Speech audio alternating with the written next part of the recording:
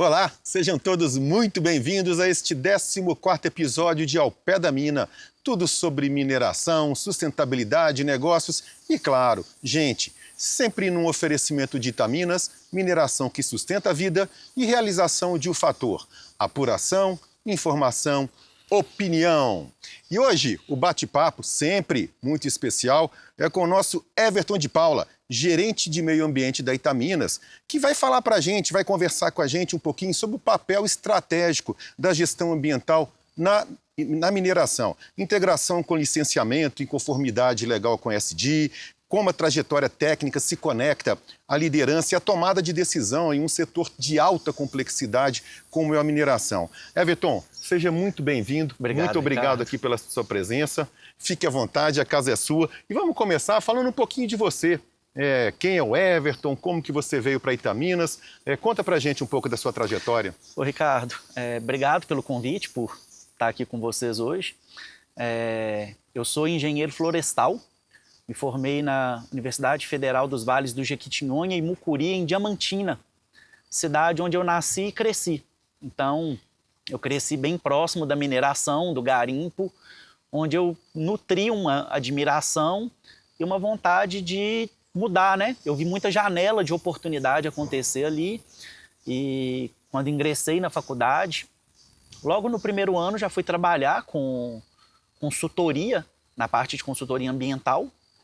E essa trajetória me acompanhou ao longo de toda a graduação e alguns anos depois cá estamos nós aí desempenhando essa atividade na Itaminas, auxiliando aí na gestão ambiental. Você já tem mais de 10 anos de experiência na área como um todo, é isso? Só na área ambiental, pós-formado, na área de licenciamento e gestão ambiental, são quase 11 anos de experiência. Everton, eu sempre falo muito com diversos empresários de diversos setores. O licenciamento ambiental aqui no Brasil, em todo mundo, obviamente, mas no nosso quintal Brasil, a gente tem que falar sempre do Brasil. O licenciamento ambiental costuma ser algo muito complexo, né? Algo que envolve muita burocracia, demanda muito tempo. Na mineração, eu sei que isso é ainda mais especial. E o licenciamento ambiental, principalmente aqui em Minas Gerais, ele é de excelência, ele é conhecido como um dos mais rigorosos do mundo, né? É seguramente o mais rigoroso do Brasil. Fala pra gente, assim, como que se inicia, né, um licenciamento ambiental, quais são as áreas que você tem que percorrer até efetivamente, depois de anos, costuma demorar anos, uma atividade minerária como Itaminas poder estar em dia com todas as exigências e começar a produzir. Não, Ricardo, obrigado. Eu sei que a história é muito longa, mas eu até agradeço pela pergunta, porque é uma pergunta que nos dá a oportunidade de listar alguns elementos que eu encontrei aqui na Itaminas que não é muito comum da gente achar no mercado. E o processo de licenciamento ambiental, ele começa, na verdade, muito antes da entrada ali no órgão, ele começa na pré-viabilidade do empreendimento. Então, o meio ambiente, ele deve ser considerado no estudo de pré-viabilidade do projeto, porque, como você bem disse, hoje a gente tem uma legislação ambiental em nível de estado e de país bem restritiva, com diversos fatores de vedação. Então, essa legislação, ela nos imputa, para a gente poder começar um projeto, vários elementos de sensibilidade. Sensibilidade essa que, quando chega ali no órgão, o estudo pronto, o órgão olha e fala assim, olha, isso daqui não dá, isso volta. Vamos voltar ao processo do início, vamos tirar isso. Então, existe uma morosidade, sim, dos órgãos ambientais, em função do déficit, principalmente de pessoas, de estrutura. São nossos colegas, a gente conversa, bate papo, sabe como funciona. Mas também existe uma gama de projetos que eles não têm aderência à legislação. Então, a gente começa um processo de licenciamento ambiental na concepção. Eu brinco que a primeira coisa que chega quando a gente vai começar um projeto é topografia e meio ambiente.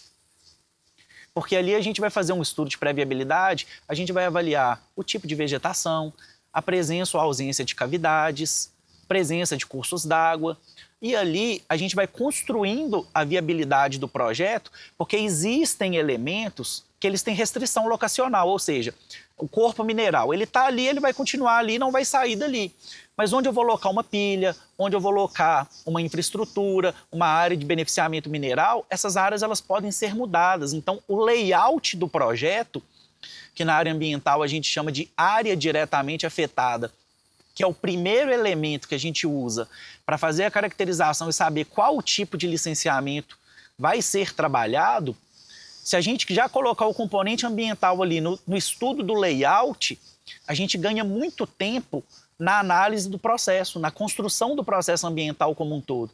Porque a gente tira aqueles fatores que são complicadores ali do projeto. Porque vez ou outra a gente vai ter que encarar aquilo ali, que não tem como contornar. Mas com essa estratégia, a gente muda o cenário e às vezes simplifica processos que são muito complexos e aí vai faseando. Antes de você prosseguir, continuar explicando para a gente, me ocorreu aqui uma pergunta, uma curiosidade. Justamente porque um processo ambiental de uma atividade de grande porte, como é a mineração e como é a da Itaminas, como demanda muito tempo, como isso leva muito tempo, como que vocês fazem? Você começa o processo com uma legislação, no curso desse processo a legislação muda, tudo aquilo que fez acaba sendo perdido. Como que se lida com isso? Perdão te interromper, mas é que me veio... Porque eu vejo isso acontecer com relativa frequência, sabe? Então, Ricardo, isso é um ponto interessante também. Eu até brinco que um dos riscos do negócio que a gente tem que acompanhar é mudança de legislação, porque a gente dorme com o processo pronto e acorda com ele alterado. O que a gente faz é ir acompanhando. Normalmente essas legislações elas vão tramitando em comissões, elas passam por um processo ali de amadurecimento antes de serem promulgadas, né? Então a gente vai acompanhando, tem grupos de trabalho, grupos de estudo da área e a gente vai acompanhando para poder ver os impactos que aquilo ali vai causar na gente.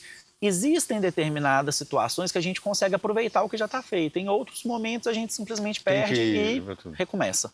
Bom, aí você estava falando, então você tem todo um trabalho prévio, né, antes de começar o próprio licenciamento.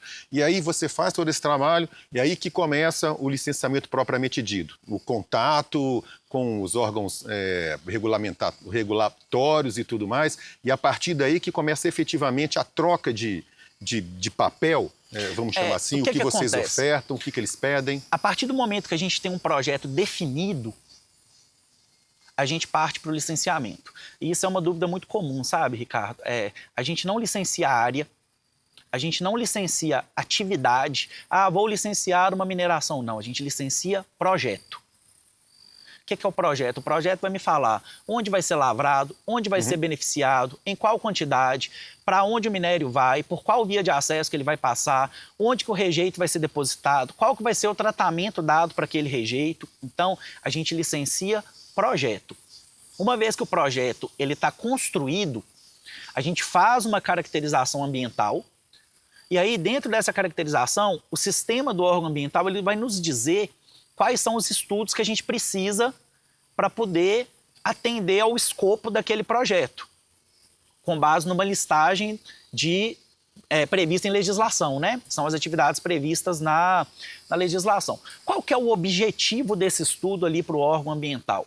O objetivo do estudo é o quê? Atestar a viabilidade técnica e locacional daquele empreendimento. Então, quando a gente faz um estudo, por exemplo, um EIA-RIMA, a gente quer atestar que no lugar onde a gente está colocando aquele empreendimento, aquela atividade, aquele projeto, a gente consegue operar ele minimizando e mitigando os impactos e riscos que a gente previu no nosso estudo e que foram analisados, que serão analisados pelo órgão ambiental. Então, com esse estudo pronto, depois do projeto já ter sido construído, ou seja, já tem uma estrada longa ali entre a concepção e o protocolo do estudo ambiental, a gente formaliza isso no órgão e aí é mais um tempo até o órgão conseguir analisar. Normalmente são estudos grandes, densos, diagnósticos feitos por especialistas e aí o órgão ambiental vai analisar, pode ou não solicitar complementações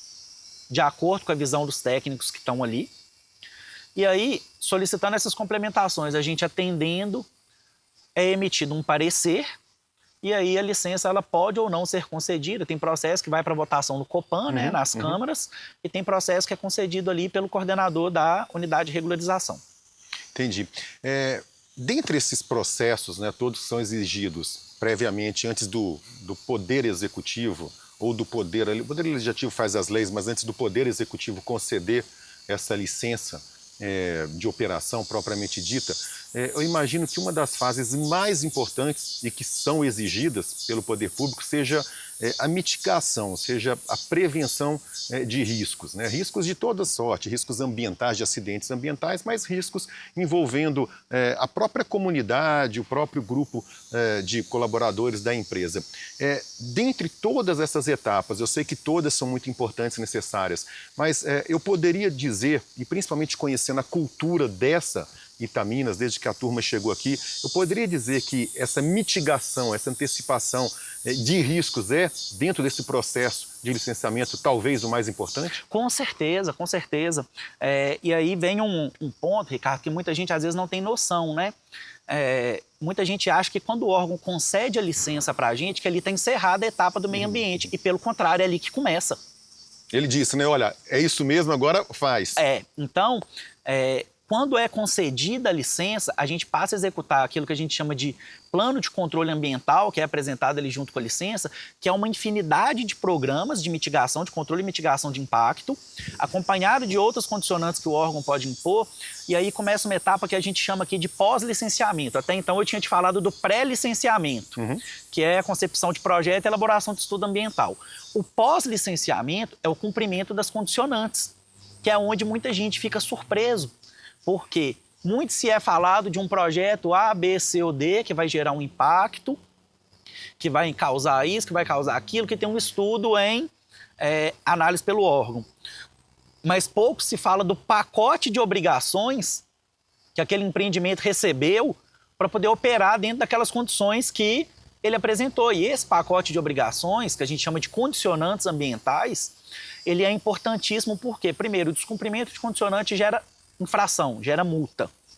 Segundo, se você não cumprir as suas condicionantes, você pode perder a sua licença. E terceiro, se você não cumprir integralmente no prazo, porque tem prazo para ser cumprido, você não renova a sua licença. Eu até falo com o pessoal da minha equipe que de tudo que a gente faz aqui hoje, o mais importante, o que não pode esperar é cumprimento de condicionante. Por quê? Porque tem prazo. Então, se é 30 dias após a concessão da licença, é 30 dias, não pode ser 31, pode ser 29, mas 31 não. Então, são prazos que, para você pedir prorrogação, você precisa de uma justificativa técnica, não é pedir porque esqueci. A gente precisa estar com todos esses programas em execução. E aí, quando a gente fala desses programas, a gente está falando de gestão ambiental, monitoramento de qualidade da água, monitoramento de qualidade do ar, gestão de efluentes, gestão de resíduo sólido, potabilidade de água, e por aí vai, uma infinidade. Aqui na Itaminas, se eu não estou enganado, são 27 ou 28 programas de controle ambiental, fora as outras condicionantes que a gente executa dentro dos programas que a gente elaborou, e aí foi liberalidade nossa para pleitear as nossas licenças. A gente fala em gestão de meio ambiente, a gente fala em controle de meio ambiente, fica soando um pouco genérico. Você já falou agora sobre um monte de atividades que você tem que ficar atento e todo dia tem que ser monitorada. E eu ia te perguntar justamente isso, na prática, como que é o seu dia a dia? É isso então, é supervisionar, é estar de olho no cumprimento de tudo que foi colocado no papel. Aqui não tem aquela história de que o papel aceita tudo, escreve lá e deixa para depois. Não existe essa história aqui não, Ricardo. Eu falo que o nosso dia a dia, a gente divide ele em alguns eixos. Eu tenho o eixo de pré-licenciamento, que como eu disse, são os estudos pretéritos ao licenciamento, e a Itaminas tem alguns grandes projetos aí em desenvolvimento, então a gente já está elaborando os estudos, tem alguns já inclusive em análise pelo órgão ambiental. A gente tem a etapa de pós-licenciamento, que é o cuidado com a gestão e o prazo de tudo aquilo que foi imputado como obrigação dentro das licenças. A gente tem um terceiro eixo, que é de gestão ambiental, que aí ele se funde um pouco com esse de pós-licenciamento, mas além daquilo que foi estabelecido como condicionante, a gente ainda tem outros programas que a gente desenvolve internamente. tem o braço da sustentabilidade, que está muito ligada ao ESG, que a gente dá um suporte muito grande ali para a diretoria, para o Alexandre. Que aqui, desculpa, que aqui na Itaminas eu sei que é diferente, não é ISD. ESG. Dois SD, porque a segurança está incluída. Exatamente. E até fazendo um link à segurança, né, mas não especificamente a segurança de trabalho, a gente tem um terceiro eixo, que é o plano de ação de emergência em barragem da mineração. Então, a gente, na gerência de meio ambiente, trabalha basicamente com esses 5 eixos e aí eles são distribuídos em várias atividades. O pré-licenciamento nos estudos ambientais dos projetos futuros, o pós-licenciamento no cumprimento e cuidado das condicionantes, gestão ambiental na execução dos programas de controle ambiental, nas ações de monitoramento de qualidade do ar, qualidade da água, potabilidade, gestão de resíduo sólido, afugentamento de fauna, resgate de fauna, que a gente tem muito aqui. O resgate da fauna, óbvio, mas assim, o afugentamento, assim, esse cuidado existe para você não afugentar, não assustar a fauna no entorno, é isso? O que acontece, Ricardo? Como até aqui no Horto, né, a gente está numa área de mata e a gente tem vários fragmentos florestais muito grandes aqui no entorno da Itaminas. Então, volta e meia, a gente se depara com espécies de fauna aqui. Então, a gente tem um cuidado, a gente tem um biólogo que integra o meu time e ele faz esse trabalho de afugentar essa fauna das áreas da mina, onde elas estão correndo risco de atropelamento, de se machucar, em direção a esses fragmentos. A gente tem um eixo de sustentabilidade, que é onde a gente cuida da questão de inventário de gases de efeito estufa, a gente dá um suporte lá para o ICLEI no VLR, né, na elaboração do VLR. A gente tem o 5º eixo, que é o plano de ação de emergência em barragens da mineração. A Itaminas ela tem 2 barragens, as 2 em fase já de descaracterização, mas enquanto não estiverem 100% descaracterizadas, elas precisam atender a toda a legislação. Então, a gente cuida desses planos de ação de emergência, treinando tanto os colaboradores quanto a população para possíveis emergências. E aí esse treinamento é realizado em conjunto com a Defesa Civil, Bombeiro, Polícia Militar, e eu sou o coordenador desses planos hoje. Que está ligado àquela pergunta que eu te fiz lá atrás a respeito dos riscos, né? Da importância de você fazer a prevenção e já a mitigação prévia de riscos. Porque é uma atividade, como qualquer atividade empresarial, contém riscos. Isso também está no seu escopo. Está no meu escopo. Pois é porque eu te falo, a gente olha e fala assim, o cara é gerente de meio ambiente, mas é que meio ambiente, e me corrija se eu estiver errado, não significa exatamente ou somente vegetação, não significa só flora, qualidade do ar. Não. Mas a gente está falando de meio ambiente, Não. a gente está falando de pessoas, a gente está falando do entorno do negócio. E, na verdade, Ricardo, a gente está falando de engenharia. O meio ambiente hoje ele é uma engenharia. A gente tem engenharia ambiental, a gente tem engenharia florestal, que se ocupam dos cuidados com o meio ambiente. Então, quando a gente fala desses cuidados, a gente está falando também de eficiência, de melhoria de processo. Então, de planejamento. Você falou, por exemplo, de mitigação de risco, né? A gente tem aí o próprio plano de ação de emergência em barragem, a gente tem interface direto com as equipes de geotecnia, que planejam e cuidam do monitoramento da barragem. A gente tem interface direta com as equipes de engenharia, de infraestrutura, porque, por exemplo, vou dar um exemplo. Eu quero instalar um tanque de combustível. Existe ali uma prevenção ambiental que tem que ser feita. Isso dali a gente participa do projeto ativamente. A gente tem interface com todas as áreas, independente dela estar relacionada ou não com uma ação ligada à fauna, à flora. E lembrando que, quando a gente fala de meio ambiente, a gente também fala de gente. Então, a gente atua muito em conjunto com a responsabilidade social, com a comunicação. Por quê? Porque o meio ambiente é tudo. Na verdade, a gente fala que é um ambiente inteiro, né? A gente está presente em todas as esferas. Olha só, eu tenho uma pergunta para te fazer aqui, que eu tenho certeza que é a pergunta que muita gente queria te fazer, porque são 2 termos que a gente ouve falar o tempo inteiro. Quando a gente fala de mineração, a gente fala de, assim como diversos outros setores, agronegócio, construção civil, geração de energia. A gente fala, obviamente, de um setor com impacto ambiental. E sempre tem 2 palavras, 2 expressões, né, que são passivos ambientais e compensações ambientais. Quem é atleticano deve ter ouvido falar muito isso por causa da Arena MRV, a quantidade de compensação, né, que o Atlético tinha que fazer, e as pessoas falavam assim, mas compensação ambiental no meio da cidade? Porque é o que você acabou de explicar, né? Não é só a questão de uma vegetação. O trânsito, a qualidade de vida das pessoas. Explica pra gente exatamente o que é um passivo ambiental e o que é uma compensação ambiental. Então, Ricardo, o conceito de passivo ambiental, ele está muito associado à operação. Então, a gente tem um passivo ambiental quando a gente tem uma operação, aquela operação se encerra sem mitigar os impactos que ela gerou.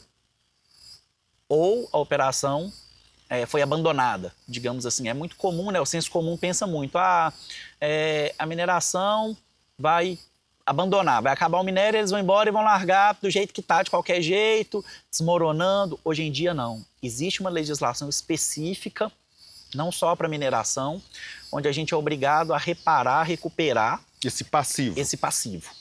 Então, grosso modo, passivo é aquilo que agride, o local da atividade. O local da atividade que está sendo desenvolvida. Seja minerária, seja construção, geração de energia, não importa. Afetou o local, criou-se um passivo. E aí você é obrigado a ter uma compensação para esse passivo. Exatamente. É no mesmo local ou pode ser em outros locais? Pode ser em outros locais. E aí vamos falar um pouco da mineração, que é até interessante que a mineração ela tem um regime de compensações diferente. Mais rígido. Quando a gente fala de compensação, a gente está falando de condicionantes, como eu disse agora há pouco para vocês. Essas compensações elas vêm na forma da lei, estabelecidas em condicionante com prazos para serem cumpridas.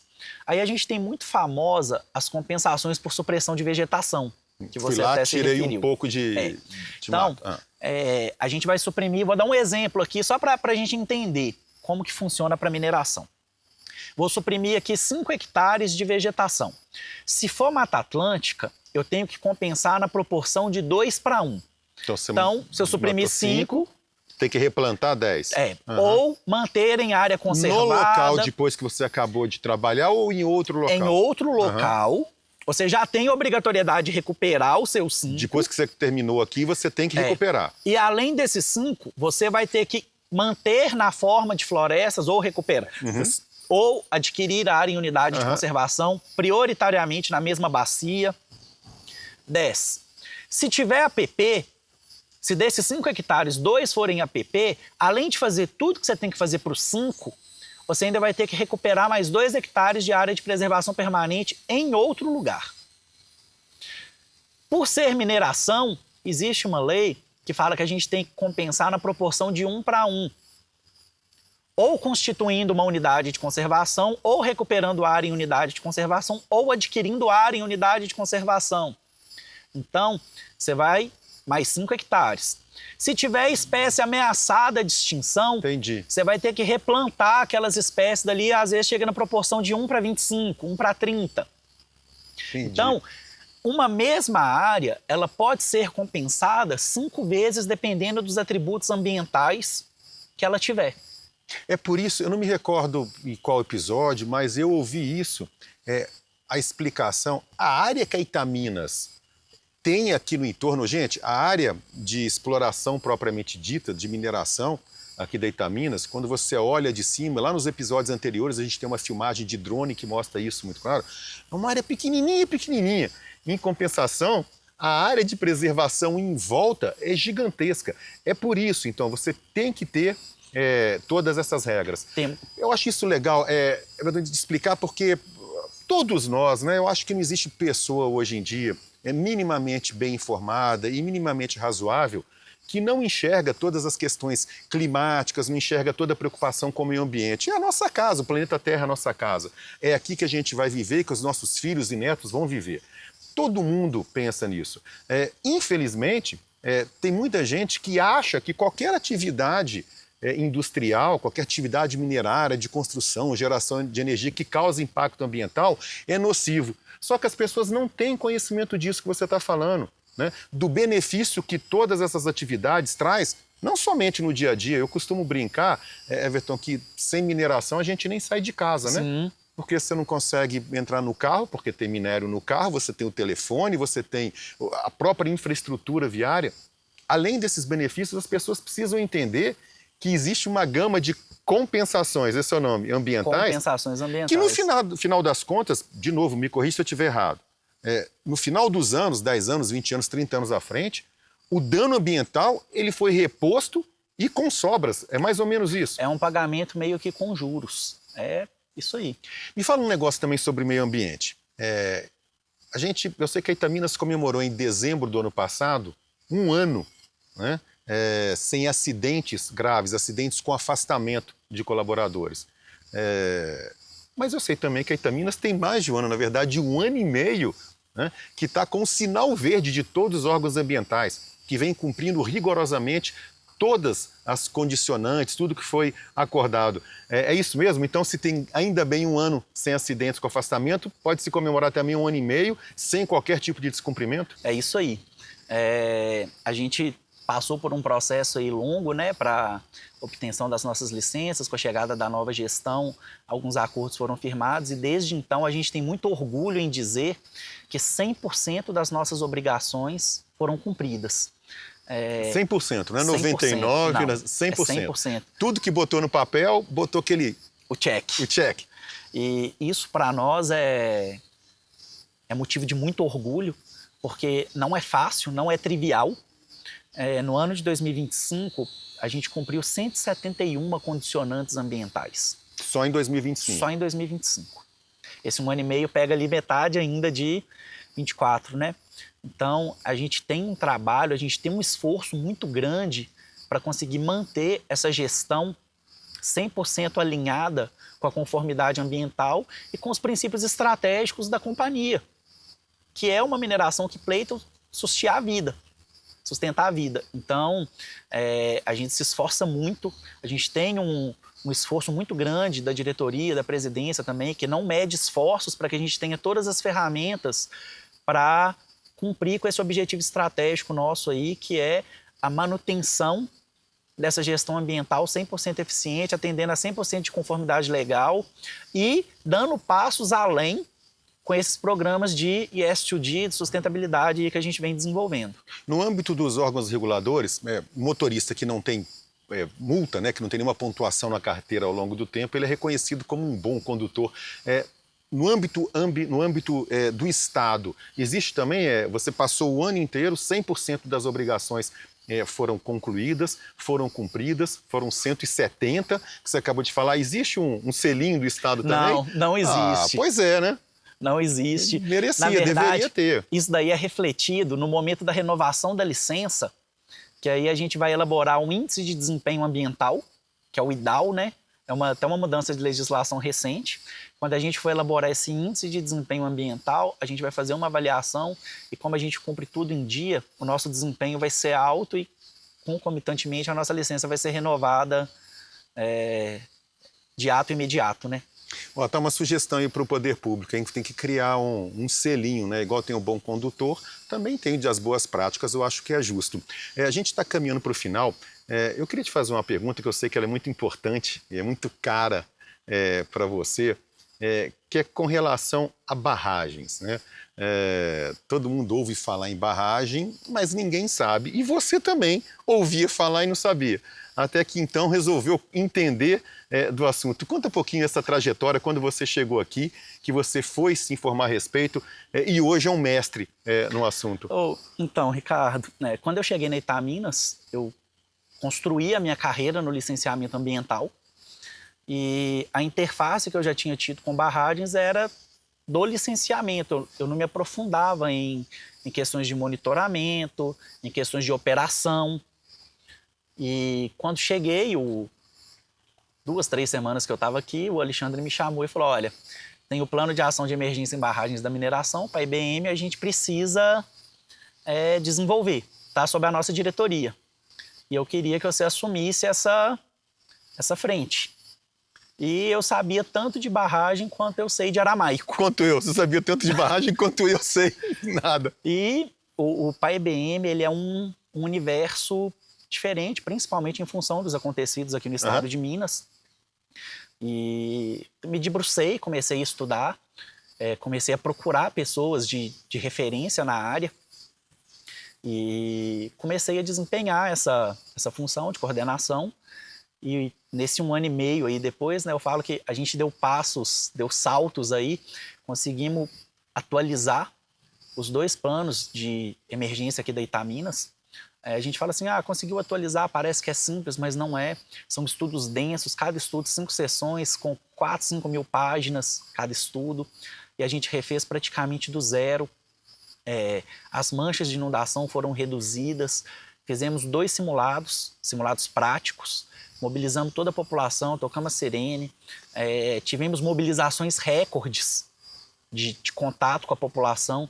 Então é um trabalho que está sendo desenvolvido aí, junto com a Defesa Civil, com a Polícia Militar, com o Corpo de Bombeiros, de muita excelência e que eu tenho muito orgulho, porque é algo que começou aqui. Eu falo que quando a gente recebeu no meio do ano passado a nossa declaração de conformidade e operacionalidade por uma das auditoras mais rígidas do Brasil, aquilo ali para mim foi tipo um selo que você acabou de comentar aí, porque você pega uma empresa que tem um histórico de ser bem rígida, de ser bem criteriosa nas suas avaliações ali, e eles deram para a gente essa declaração, e por fora ali, a gente conversando, eles falaram da excelência, do cuidado que a gente teve com esse trabalho, e que eles consideraram como dos melhores que eles já tiveram a oportunidade de auditar. Então, sensacional. Eu tenho muito orgulho disso, e fico feliz porque é algo que dá tranquilidade não só para mim. Eu moro aqui perto da Itaminas e eu converso, eu ando aqui na rua, bato papo com o pessoal às vezes pergunta de barragem, eu falo, não, pode ficar tranquilo que ela está 100% monitorada. Está 100% demais. Dentro de tudo aquilo que a legislação, que a conformidade prevê. E além de atender aquilo que é o legal, a gente tem muita segurança de que ela está segura. Excelente. Cara, aquela história, né, que a gente sempre fala, assim, todo dia a gente pode aprender alguma coisa nova. É o exemplo. Bom, tá aí. Um bate-papo pra lá de legal. Everton, obrigado demais pela presença, obrigado demais por tudo isso que você falou pra gente, por dedicar um pouquinho desse dia a dia seu que já é tão atribulado. Obrigado por receber a gente, por explicar um tiquinho. E é isso, é uma pena. Toda vez que vai terminar o programa, né, eu fico triste porque dá vontade de ficar aqui horas e horas entrando nas minúcias, mas chegamos ao final desse 14º episódio de Ao Pé da Mina, tudo sobre mineração, sustentabilidade, negócios e, gente, sempre no oferecimento de Itaminas, mineração que sustenta a vida e realização de O Fator, apuração, informação, opinião. E você que esteve com a gente esse tempo todo, muito obrigado, grande abraço e até o próximo episódio.